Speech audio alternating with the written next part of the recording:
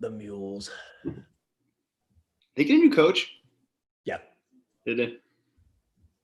New athletic director too. First time after the football coach is going to be. They've never done it before. They're doing it now though. Wow. All right, we're on. Hey guys, we're a few minutes late. Some folks had some trouble getting into the room. That person would remain nameless. We've got a couple guests in with us today. We got Kenny Powers here with us today, along with Jeff Dubroff, longtime contributor, friend of the show. How are you fellas doing? Good. Can't complain. Yeah, it's starting to get exciting now, isn't it, fellas? Somewhat. Exciting, but also like I don't want. It's exciting, but it also makes me nervous to get too excited.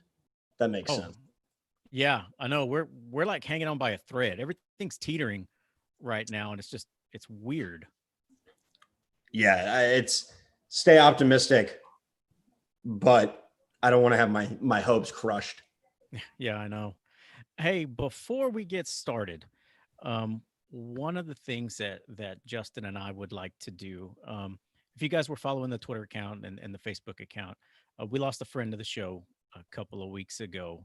One of our, I guess, contributors, as you want to call them, early fans. We became friends with the guy through instant messaging on our Twitter account. Is Efren Ozuna. A lot of guys from Taft know him as Buff Ozuna. Passed away from complications from COVID. We just wanted to say, we send our condolences to the Ozuna family and all the Taft. I mean, if anybody from Taft is watching, everybody knows who Buff is.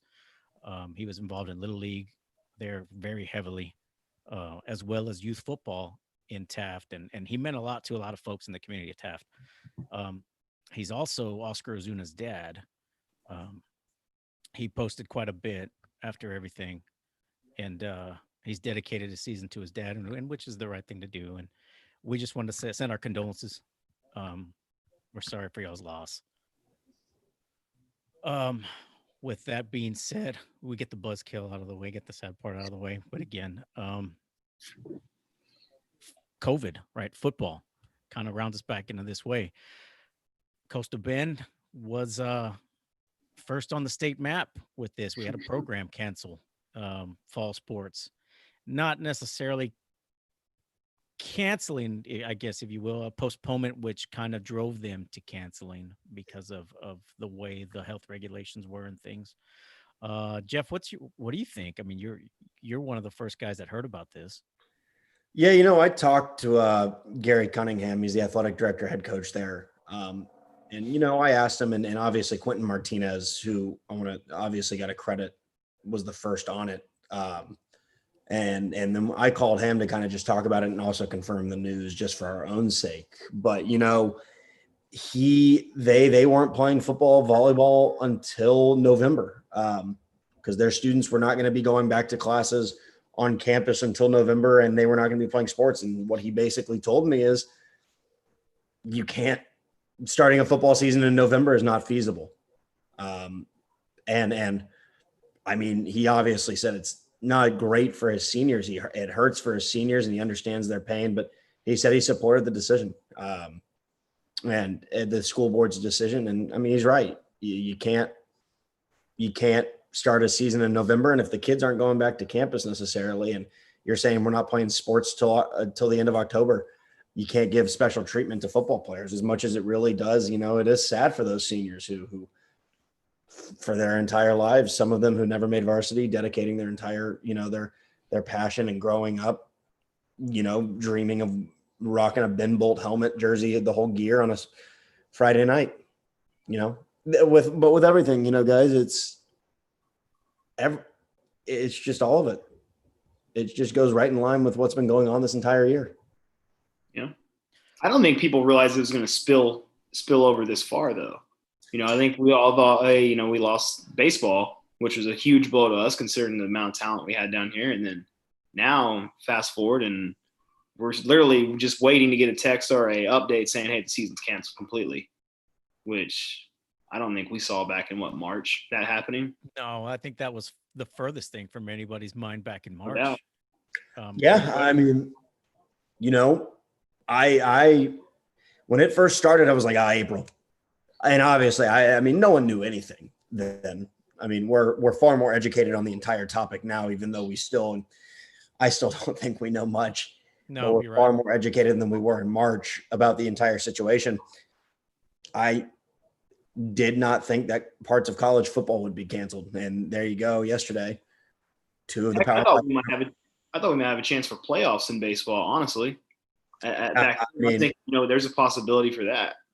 Now it's like Big Ten canceling their season. I was like kind of floored. Like, whoa, did not see that coming. Now it's almost like the norm is to see someone cancel, not say, hey, we are going to play. So one of the things that came up on Quentin, and my apologies, Quentin, because you were the individual who did bring the scoop in, and I think you're the first one to tweet about it, and everybody kind of followed heat from there. He tagged us on that tweet, and so anytime somebody would reply or like it, it would pop up as a notification for us. So the biggest question was on there, oh, well, those kids are going to transfer. These kids are going to transfer. Well, when this thing first kicked off, UIL did not change that rule as far as transferring for athletic purposes. So somebody was saying that, and I responded, well, they didn't change the rules, and if things still could change, maybe, right? Well, then Jeff Jones, who's the head football coach, athletic director out of Garden City, 6-man program out there in West Texas, and brought up a very interesting point. Was that okay? Yeah, that rule does not apply. However, there is a rule in the books that states if a program is not offered at a school, you're allowed to transfer. So, Wow. and that was just confirmed by Coach Freitag out of Flatonia, that is a rule and it's still in the books. Those programs are now not being offered in Ben Bolt, football and volleyball. However, now the nearest town to Ben Bolt is Alice, who's still on hold because of county health orders. But within a 30-mile radius, you've got Agua Dulce, Kingsville, Bishop, 20-minute ride up the road. I mean, we've seen further folks here in the Coastal Bend drive further. Oh yeah. So what is Alice's rule? Because weren't they the exception in the beginning phase? Everyone could start in their district, but they were going to have to wait another 2 to 3 weeks because of the county's rule or something like that. The county, and Jake, correct me if I'm wrong. I don't think I am on this. The county said that they can't do anything until they do in-person instruction, which would be October 7th, and that's a county mandate. However, correct. The UIL, I think, is allowing schools to practice. They're giving them permission. But when I was here filling in for you, Justin, Coach Kyle Atwood said they're going to obey the county's order on this. Yeah, okay. And the school districts can opt out and not follow that order. Orange Grove, for example. Yeah, exactly. Their school board voted and decided, okay, we're going to go ahead and move forward, and we're going to start with football, and which is Orange Grove is doing. And Coach Atwood said, we're going to respect our board's decision. That wasn't his place to comment on it, and whatever the school board decides is what the Coyotes are going to be happy with.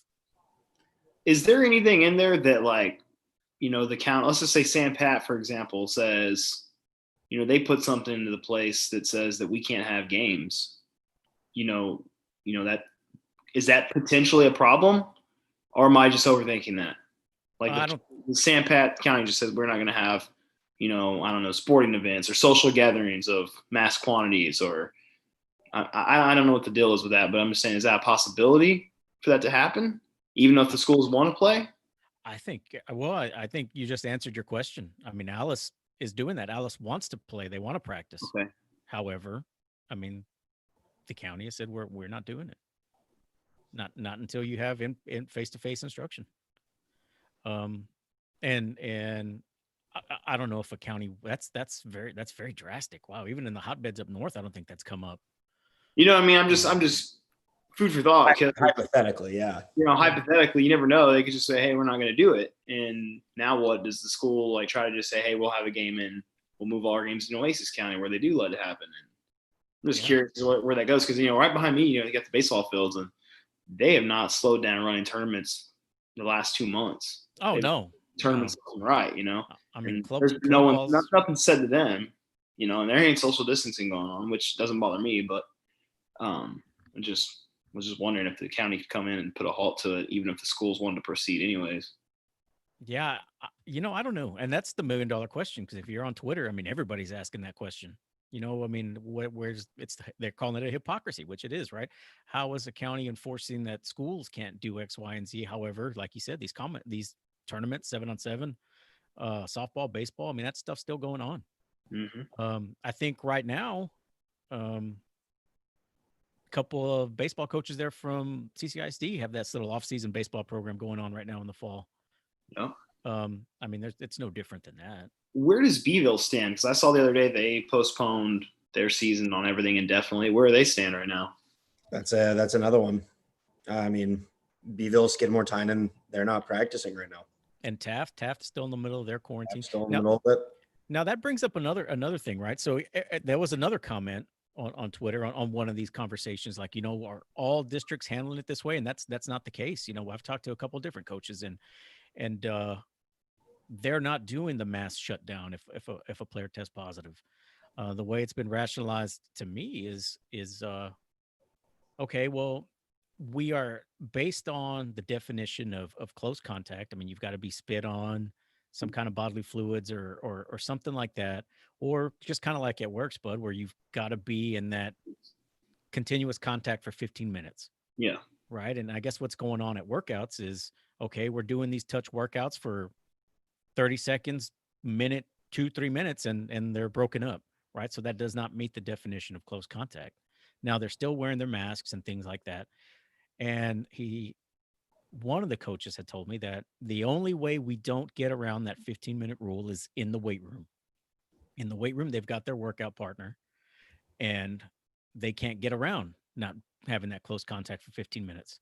So the way they're getting around that is they put a starter with a non-starter. That way, if they meet that, they exceed that 15 minutes, one of them gets sick, okay, you quarantine a backup and a starter at different position groups. That way you're not wiping out a whole team or offensive side of the ball or 3 or 4 running backs. So, I mean, I guess it's all how you interpret it and how you handle it internally and see if it works. Okay. So, I'm sorry, but no, so Taft is in the middle of their quarantine, right? Right. They come off the quarantine. How long do they have to prepare before their first scrimmage / game? Well, they canceled that. They pretty much said their scrimmage is gone and the week 1 is gone. Wow. So the week 1 opponent just matter what? Wow. I guess, right? I mean, it's gonna get crazy, dude. As if the season goes on, you're gonna see a lot of weird things. Jeff, what I told Jake too when I first heard the Taft news, and I have found that I agree with both sides of the argument in terms of why we should have football in terms of high school and college. And I see part of the argument on the other side. The Taft outbreak to me, or not outbreak, the Taft positive test, outbreak is not the correct term. That to me makes me very hesitant because it's Taft, because it is a team that at the most has 35 kids on their varsity. We're not talking about the Veterans Memorials where there's 2,600 kids in the school. We're not talking about the Cal Allens. Exactly. And that's a positive test in a very small town. And that's what makes me nervous. And, Spud, going back to Taft, that's where Buff was from. And, Timma went to school with those guys and he knew Buff. And, man, we came back to work after that weekend. He said he lost 3 of his former classmates that weekend to COVID from Taft. Yeah. I think I was out of town for that, but yeah, you were on vacation. And yeah, Tim came back and said, yeah, I lost 3 classmates over the weekend. So yeah, Taft is an area that's getting hit pretty hard. And the thing, and I think we talked about it on the last show, is Sanpete County is not reporting positives by zip codes. They're just giving a whole county number. So you really don't know where the high areas in the county are. I guess my problem with it is, and I'm like Jeff, I see both sides of the argument. I obviously want a football season to happen. People may think that I don't, but my biggest thing is when's enough going to be enough? What happens if you get, a coach comes down with it over 2-a-days? There's some elderly coaches and not the best shape coaches in our area, and they go down and they don't make it. Now what? Is that going to like shut down the season for the whole state? Is that going to shut it down for just this area? Like, I mean, yeah, it's a game and it's a big part of Texas during this time of the year, but it's not worth losing the coaches or even that. You might have a freak case where a kid does not make it from this. So I do see the sides of the argument of saying, hey, or even that officials. I mean, we've seen some of the officiating crews. It's not just young guys. There's some dudes that have been doing it for a while. Like, they're touching balls. They're part of it. So I think a lot of people are just like, oh, they just want to cancel the season, and they don't see the bigger picture of, there's more people at risk than just kids. Yeah, you're right. Hey, one of the things that now we're going back to this, and I'm going to use one of these new features that we've got here. That's why I like Zoom so much. All right, so this came out also on Twitter. I'm gonna share my screen here for a second. See, visuals, man, visuals rule. All right. Tabs.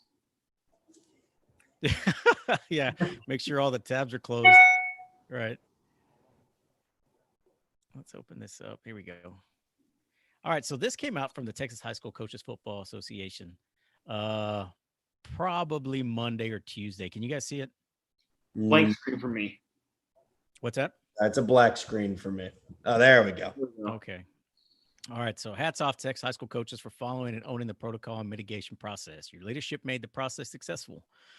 This is why we're playing high school fall sports, and how we're playing. Take a look at these numbers throughout the summer. Strength and conditioning in Texas recorded via Texas High School Coach Association survey, with 314 schools and 244 school districts reporting. So you got about 65K in athletes, 278 positives, 4 tested to summer camps, 4 hospitalizations, 0 death, and percentage of athletes testing positive 0.00425.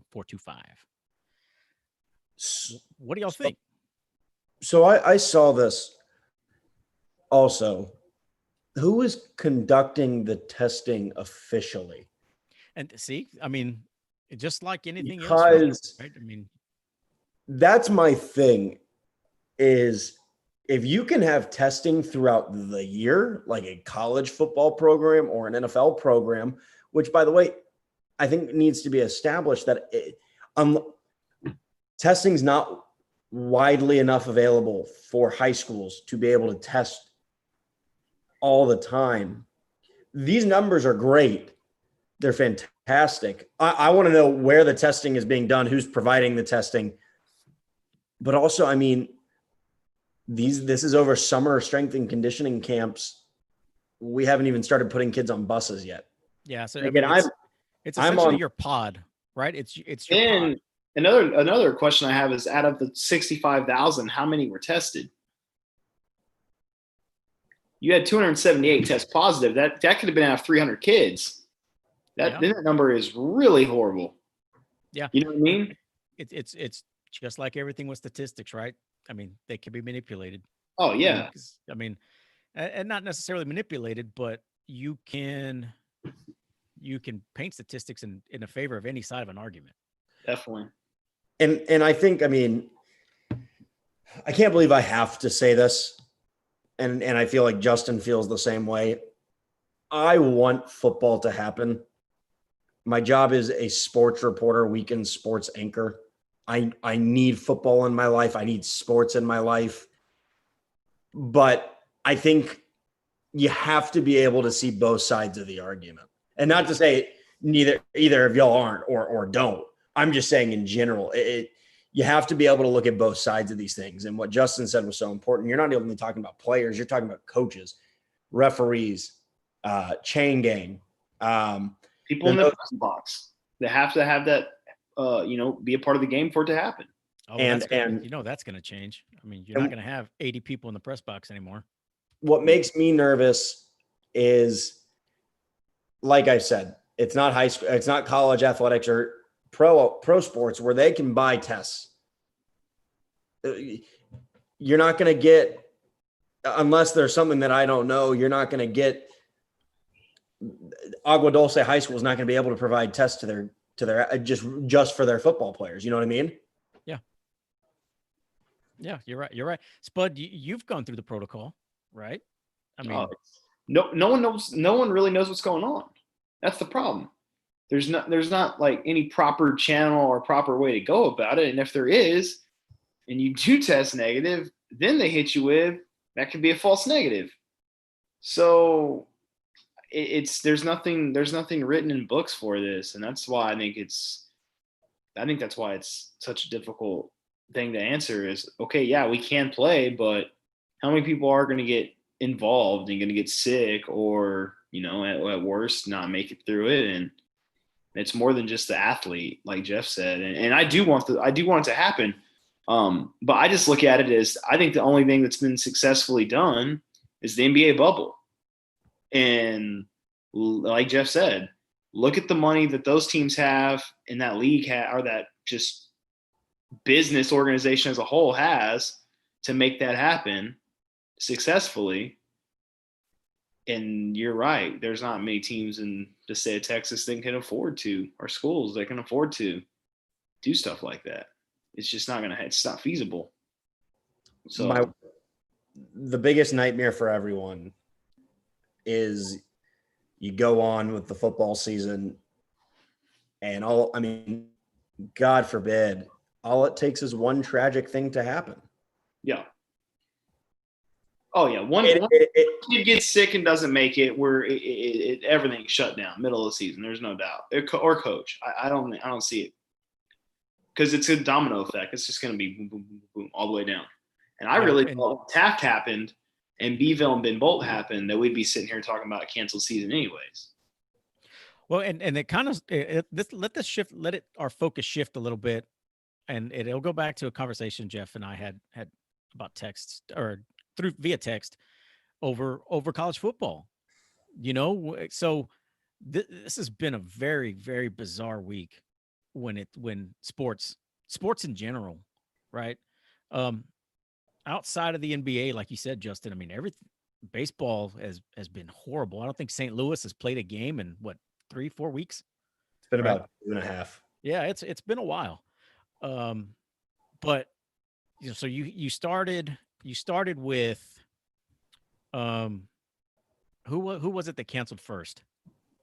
Was it the MAC? Well, the MAC, despite the D2 programs like the Lone Star Conference. Yeah. So that includes Texas A&M Kingsville. They shut things down first, and then the MAC canceled, and then all of a sudden there are rumors that the Big Ten and the Pac-12 and all the Power Fives are going to cancel. Mountain West cancel as well. The Mountain West canceled. Yep. I think the American is still playing right now, right? As of today, as of the American, the SEC, the ACC, and Pac-12 still in, right? Or are they canceled? No, Pac-12 canceled, right? Okay, yeah. Pac-12, Big 12. There you go.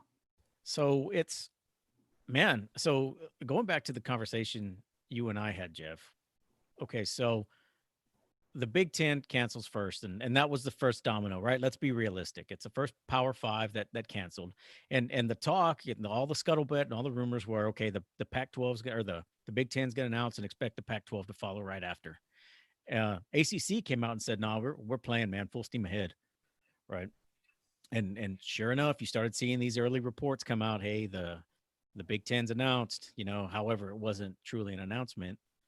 Then they follow up the next day saying, "Hey, no, we didn't do that. We didn't vote. This was just an informal poll, right? Smokescreen, right?" And then the next day, "Hey, you know what? We canceled." Yeah. And then maybe not? Was it the same day? Was it 30 minutes later? Yeah, an hour. And Pac-12 said, "Hey, we're shutting it down." And Jake, you know where I stand on all of this. Yeah, I mean, the reason so I have so many questions about it all. Is what are the medical experts who are guiding the Big Ten and the Pac-12 telling those conferences? And what are the ACC and the SEC and the Big 12 conferences medical experts telling them that make them feel comfortable with playing? Well, go ahead. I'm sorry. And don't tell me, I texted this to you yesterday. This is about liability and optics. Player safety is paramount. Player coach safety is paramount. No question about it. But you cannot convince me that you're going to cancel the season and you're going to have it in the spring, which is what they're both of these conferences are saying. We're going to have a season in the spring, and then we're going to have a season in the fall. So you're talking 20 to 25 games in a span of 10 months of the hardest hitting sport in America. You can't tell me that this is about player safety. This is about liability, and that's fine. I get that. I think we all get that. But don't tell me it's about player safety if you expect to march out these college athletes for 25 games in 2021. No doubt. And Big 12 announced their schedule today. The Big 10 announced their schedule last week. And I'm going to say it again. I want football. I need it. I'm watching baseball every day. It's just, to me, if the Big 12, the ACC, and the SECs cancel, the UIL will be following shortly after. I mean, that's essentially what we thought, right? If the Big 12 shut down, I mean, how does the UIL continue to have a football season if your college teams in the state shut down? No, you can't. I mean, you just can't. But I mean, the entire college thing is. Well, I just don't see how they're going to do that, right? How are you going to have a season in the spring with what? I just don't get how it's supposed to work. You know what I mean? Like 5 or 6 look at baseball. Like right now, I was watching baseball the other night, and I was actually like, oh wow, there's fans. And then it caught me, and I was like, oh hey, it's cardboard. I forgot because I've been paying attention to the bubble. You know, the NBA bubble. I like the NBA bubble. I think Adam Silver is way. Oh, he's head and shoulders above everybody else. Oh, above everyone else. It's not even funny.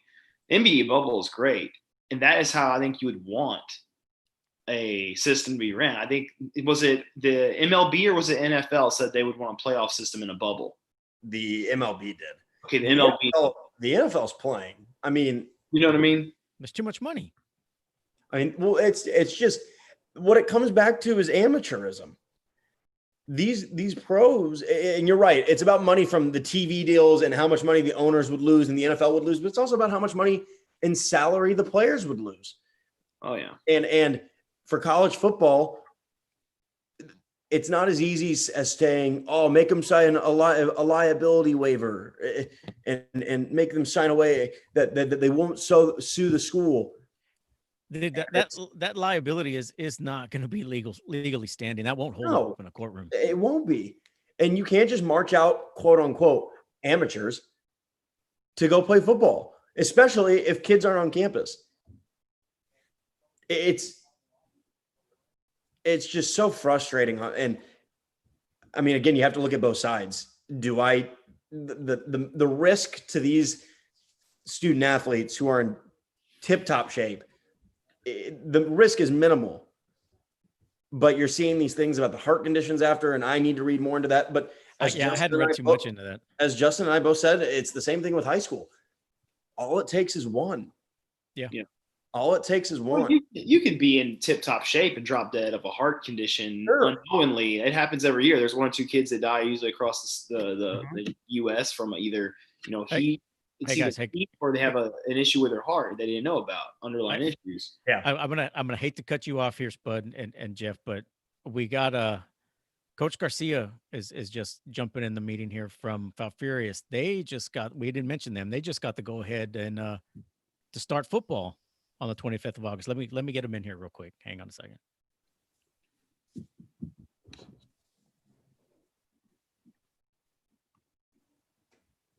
What's up, Coach? There he is. We're waiting for his audio to get on. There he is. Hey, Coach, how you doing? What's going on? How y'all doing? Pretty good, pretty good. A lot of good news coming out of Brooks County this afternoon, huh? Yeah, man, it was pretty good news. Excited for the kids to get back to work. We just got to make sure we do it safely and follow those UIL guidelines and our district guidelines, and sanitizing everything, wearing masks, the splash shields on the face mask, and making sure we're monitoring everything and everyone's following all those guidelines. So what was the initial ruling with Brooks County down there? What was there wasn't really much of an initial ruling. It was just kind of like when UIL came out and said 4A and below could start August 3rd. We just felt that we weren't ready to start August 3rd. Just with cases and the number of positive tests and everything that was going on in the surrounding area, and talking to surrounding districts and things of that nature. We met about it, we talked about it, and we just felt it wasn't best to start then. And we kind of just went with we had originally said September 28th to be on the safe side, and as everything, it's fluid, it's ever changing, and just as time has gone on and things have gotten better, and then surrounding districts starting, and us, them coming up with coming out with the splash shields and getting gator masks and all the, sanitation equipment and things to that nature. We just felt that we were more prepared to start now. With our mitigation plan, we got a really in-depth, detailed mitigation plan and things to that nature. So we just felt that we were, we were ready. It's still, ever changing. It's fluid. So just because we say we're going to start, I mean, anything can happen from one day to the next. Now Brooks County, a lot of folks don't know how the Brooks County ISD works. It's a little unique down there, isn't it? It's school board members from different areas, correct? Not just Falfurrias. Well, they all have Falfurrias ties and things to that. I mean, some of them, are in different areas now, but for the most part, they all have Falfurrias ties, and they're awesome. The school board is awesome. Superintendent is awesome. Administration is awesome. I've loved every minute since I've been here. The coaching staff we have and the kids and just everyone involved with the school. I mean, everyone. It's been super supportive. It's been welcoming. Really is a family environment. And, just all the administration and then, the emergency, management team, everyone, the county judge, everyone's been real awesome and welcoming. And everyone really does, work together. They plan together. They make sure everyone's on the same page. And it really is a collaborative effort. And I'm just, blessed to be a part of it because it's been a great thing. Minus the COVID-19 situation, it's been, awesome. For you guys watching, if you guys aren't familiar, this is Coach Garcia just got the head coaching job a couple months back, right? He was the offensive coordinator there at Miller last season. So what should we expect this season out of the jerseys? So, I spent the past year at Miller as offensive coordinator, working with Coach Justin Evans and all the staff over there at Miller. It was a great staff. It was another family environment, man. We all got along. It was never any animosity. We all worked together. There's no egos. And Coach Evans was a great, great dude to work for, a great leader. He's an even better friend. And then I spent 6 years at Crosby prior to that in the Houston area, 5A in the Houston area. We had a lot of success over there when I was working under Coach Jeff Reardon, who's the AD head football coach at Chapel Hill now, Tyler Chapel Hill. And it's another thing, man, a great staff, family environment. Everyone got along, a lot of experience, great football minds. And I've been blessed to be part of two staffs that were like that. And then I feel like I put that kind of staff together here at Falfurrias with the people I brought in, plus the people that we kept on. It's been awesome. It's really been another kind of family environment. We're all getting along, no egos. People ask questions when they don't understand. They're not afraid to ask questions when they don't understand something. We're always changing, learning, evolving, and growing. And for what to expect from us, one thing I can tell you is that when I got here in those 2 days we started strength and conditioning, we got a lot of great kids, male and female athletes. Let me tell you, the female athletes, they get active. They're tough. man, they get after it, man. I'm telling you, they're tough. They work hard. They were awesome. They're going to do great things. And then, our male athletes, we had all sports out there, and we got talent. We got talent. A lot of hardworking kids. That's one thing I noticed is that day one, it was tough because they've never really done summer strength and conditioning. That day one was tough, and we didn't take it easy on them, but they rose to the occasion. They attacked the challenge, and they were getting after it. Some were throwing up and stuff, but they didn't give up, and they were just getting after it, working hard. They were excited, and that was just with all sports, and you could just see the talent was there. The O-line, D-line, they're big, man. They're big, they're strong, they're athletic. Then we had some of my coaches that I hired, their sons are coming in, and I think it's going to be a great mix. And me, I'm confident, man. I think you can expect big things out of us. I expect year one to be playing, make the playoffs and playing for a district championship. That's just my expectation, man. And the kids know my expectation, and I truly believe if we work hard and we do things right, focus on the little things, everything matters. Intentional culture matters, and discipline always matters. If we focus on those little things, then winning will take care of itself. But I'm excited. I'm excited for what we're going to do, for the potential we have. And if we just work hard, man, the sky's the limit. And I truly believe that. Coach, I have you're gonna see it, and let me tell you, they're gonna see some fireworks now. We're gonna bring an offense. We're gonna be up tempo, fast paced, downhill, hard nosed run game mixed in with screens and air raid vertical passing game, some Art Barrows passing game. So we're gonna stretch the field. We're gonna get defensive tired. Defense is tired. We're gonna move them sideline to sideline. We're gonna be in better shape, and we're gonna get after it. You're brave. You're brave telling that to an Odom informant. Sorry, Jeff. Coach, one thing also, Jake, Beeville announced about 45 minutes ago that they're resuming their activities tomorrow. Wow. So, Oh, wow. Look at that. Breaking news. So I do have a question because I do have to leave here in a little bit. Coach, I mean, for you, you're coming into this head coaching job. What is it like? I mean, having to go through this situation where you're not necessarily able to get acclimated to the program the way you would normally in a very normal situation. You're not able to meet the kids the same way you would if, the coronavirus wasn't a thing. I mean, how did you have to adjust to that? And did you do anything to kind of make it special, so to speak, and try to just kind of steer into the skid? We had to adjust to it like everyone else, kind of, we had to kind of shut things down for the summer. It was the right call, right decision. But there's no excuses. Like you're going to get adversity thrown at you in all aspects in life, and you got to attack it, man. You can't sulk in it and make excuses. I tell the kids all the time, you attack adversity in a positive way. That's how you handle it. And it's the same thing, man. There's no excuses. We attacked it. The 2 days we had it, we had to shut down, had some meetings, Zoom workouts, getting stuff together, equipment wise, and just keeping the kids, understanding that, hey, when it's time to go, we're going to go. No excuses. And now that we're able to go, we're just going to, we're going to hit strength and conditioning, and we're going to start practicing, and we're going to get rolling like we never, man. It's no excuse, man. We're going to be ready. There ain't no excuses. We're going to be ready. It's just what the hand that we were dealt, man, and we're going to attack it. We're not going to make excuses and sulk in it.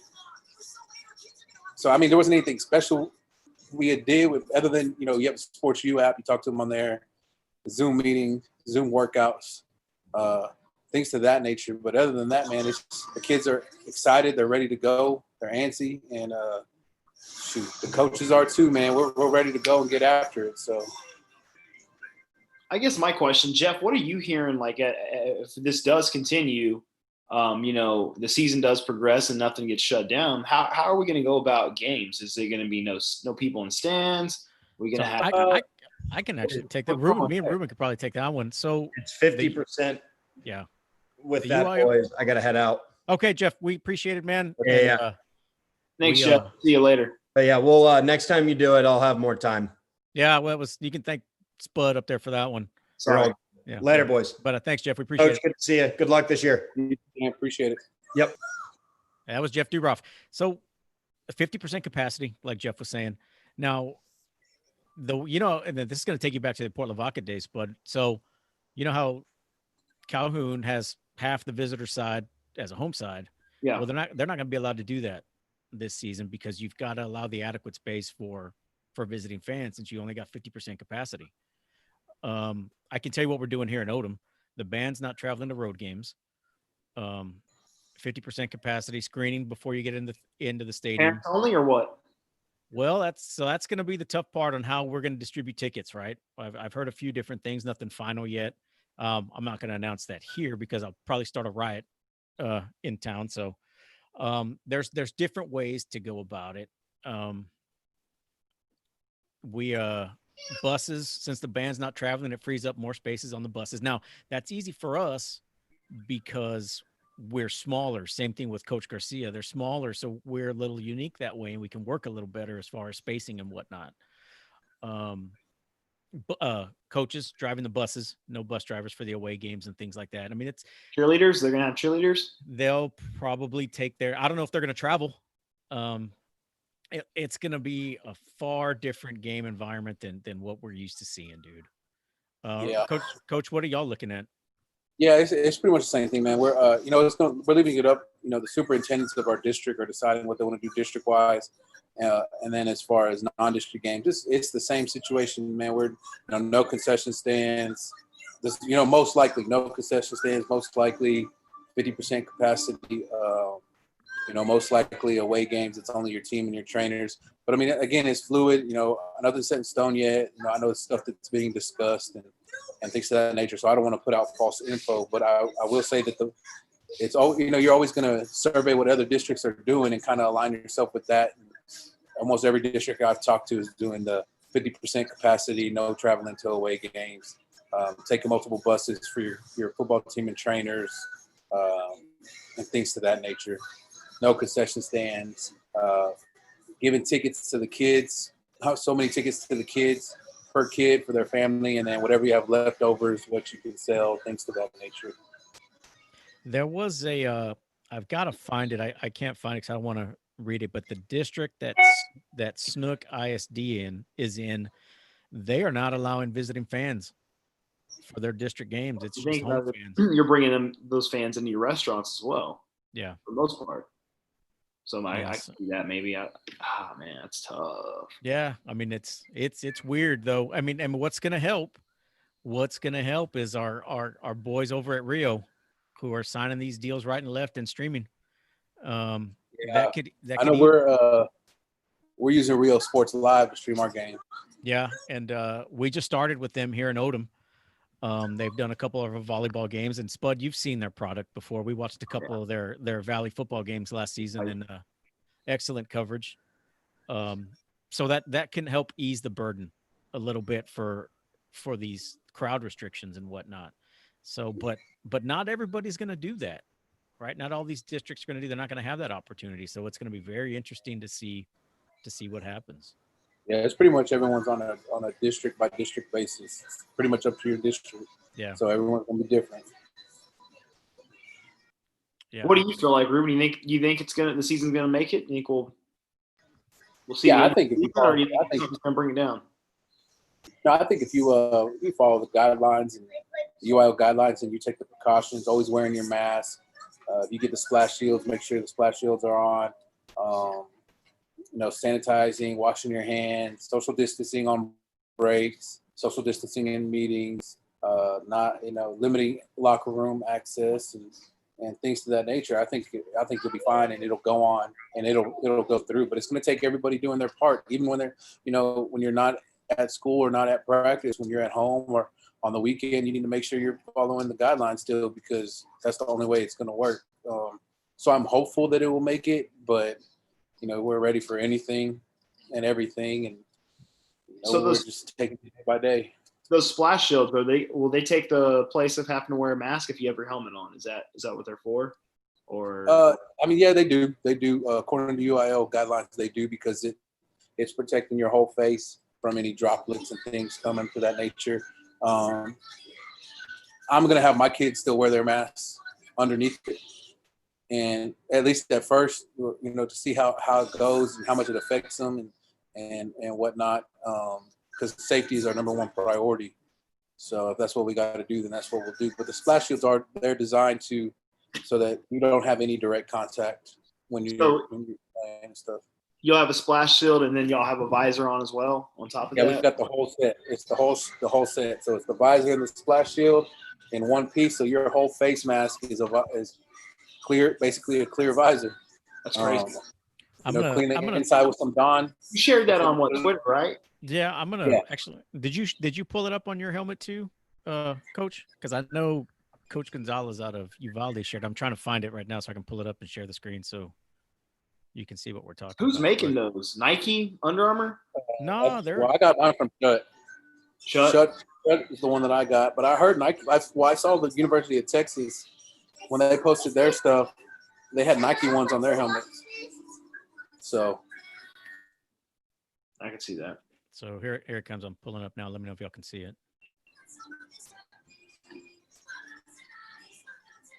Gotcha. Dang, look at that boy. Yeah, so that's what they're using out. Is that what y'all are using? Yeah, it's pretty much the same. Yeah, the Shut. Yeah, that's it. So it goes all the way top to bottom, man. That's crazy. Yeah, so it's they've got the Oakley ones that are thick and stuff. So this is a little more. It's not as thick of plastic, right, Coach? It's got a little more give to it. Yeah. They're going to be great though, man. I think it's a great thing that I think all schools should invest in. So it's up to the school, right, on if they have to wear that or not. Yeah, it's not a requirement. And if you don't have that, then you have to have like a mask on at all times while on the field.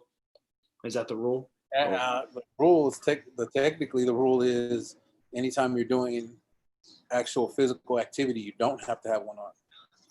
It's only when you're standing around or you're not doing physical activity. Yeah. But we, for Furios in Brooks County ISD, we're always going to have it on. So it doesn't matter if we're standing around or if we're doing drills. That's why I kind of want to toy with how much it affects with them having the mask on and the shield, or if they can't really breathe, then we'll just do just the shield but they'll have it on the gaiters because I ordered gaiters for all the athletes, male and female athletes, junior high and high school. So they'll have the gaiters. So let's say we're on break, they have their helmet on. Well, then their gaiter has to be up, and then if they put their helmet back on, gaiter can be down. But at first, I kind of want to see how it is with both, and then adjust that way. I guess my thing is like the only thing I see like being like possibly a problem would been is maybe UIL adjusting the rule with kids taking the helmet off while on the field because these gaiters, they slip down. You're not gonna be able to sit there and shove a gaiter up underneath your helmet when it's locked down, especially on the ground either. I saw one of my buddies from high school. He's a head coach at Porter in Oklahoma. And, they're part of the NFHS, and they put out a rule that you can't wear the gaiters in game. Wow! You have to either have the mask or you can have masks that are around the ear, like normal masks, but you can't have the neck gaiters on because of it's a safety hazard. Really? Wow. Someone grab it, and run it maybe. Yeah, I can see where they're coming from. I think it's pretty rare that'll happen, but I guess it's possible. Yeah. What a time. Yeah. Well, we're running short on time, Coach. We appreciate you coming on, especially it was last minute. So once you're good, man. I appreciate y'all having me on, man. Once that Coach tweeted that out, which was probably 20 minutes before we were supposed to go on, I shot him a message real quick. Interrupted his Zoom meeting because he was in a Zoom meeting. I apologize again for that, Coach. Oh, you're good, man. To see if he could come on because it's pretty good news for those guys. I know y'all have been chomping at the bit to try to get to work down there. So yeah, we're excited, man. We just need to make sure we do it smartly and safely and follow guidelines, and we'll get after it. Only way for this to continue. I said the only way the season's going to happen is for stuff like that to continue. People saying go ahead and do it. If not, if people start backing out, then everyone else is going to panic and start backing out. So that's good with Beeville too. Yeah, back in because that kind of alleviates some of the people thinking, hey, maybe we should push out. So. Well, THSCA put out those statistics. They're pretty good statistics with regards to positive tests and ones that were actually traced back to camp. So, all coaches are doing their best to follow guidelines and make sure everyone's safe. And I know some people, they worry, which is why it's entirely voluntary on our end. If a kid or parent doesn't want to do it, they don't have to do it. No, there's not going to be held against them. I get it. And the same thing, if they don't feel they're safe right now and they sit out the fall and then in the spring they decide to go face to face and play baseball or track or tennis, and hey, go ahead. I get it. All right, Coach. Well, thanks for your time again, especially since it was last minute. y'all. We appreciate you coming on, and Yes, I appreciate that, man. Good luck this season, and I'll see you again in October. Yeah, same to y'all, except for October 9th, right? Yeah, October 9th. All right, appreciate y'all. All right, we'll see you, Coach. All right, dude. That's it. That was a pretty successful 54 minutes, 56 minutes. It's just crazy, dude. I want a season. I actually do think we're going to get a season, but I don't want to be – it's like what Jeff said. I don't want to wake up and be like, hey, the season's canceled. I mean, but, if it does, I'm going to be like, oh, saw that coming. But at the same time, so I'm like, well, that's a crusher, because we're already losing, possibility of college football. So it's going to be a long fall if that happens. And then here's another thing is, the atmosphere of Texas high school football is just getting completely torn apart because now fans are going to be cut in half and media is going to be cut in half and the band's going to be cut in half. And it's just sucks. Yeah, man. It's different. Hopefully it's a hiccup. It's this season and hopefully everything gets back to normal. Yep. Man, it'd be great if everything got back to normal halfway through. But yeah, I know about. But I don't see it happening. But let's get through this season. We'll and hopefully everything. Thank God for Zoom though, right? Zoom's helping a lot. Yeah, it is big time. Big time. We hope you guys are enjoying the Zoom shows. Obviously we're not very consistent with them. When something big happens, we'll do a show. But other than that, we'll try to get more consistent. I'm in the house now, so I'm ready. I got a spot. We can do a lot more. Yeah. Hey, I'm on vacay up until I come back Sunday night. I'm out of vacation hours, so I'll be back Sunday night for the last one. And then I'll be off for the next 4 and back on days. So awesome. we'll figure something out Sunday night. Are you inside? Yeah, I'm inside. Okay, I'll be inside that last one. All right, cool. So we'll figure something out. Guys, thanks for watching, man. We hope you found it informative. This was kind of like the idea of how I wanted it, just the kind of roundabout conversation. Yeah. And giving our opinions and stuff. So we'll see how it goes, man. Let us know how you like it. Don't be afraid to send us an email or a PM and give us some thought, man. I mean, Please. We got it today from 2 high school football coaches out in West Texas, man. Give us more fuel. And with that, we're out, man. Guys, we'll see you later, Spud. Peace.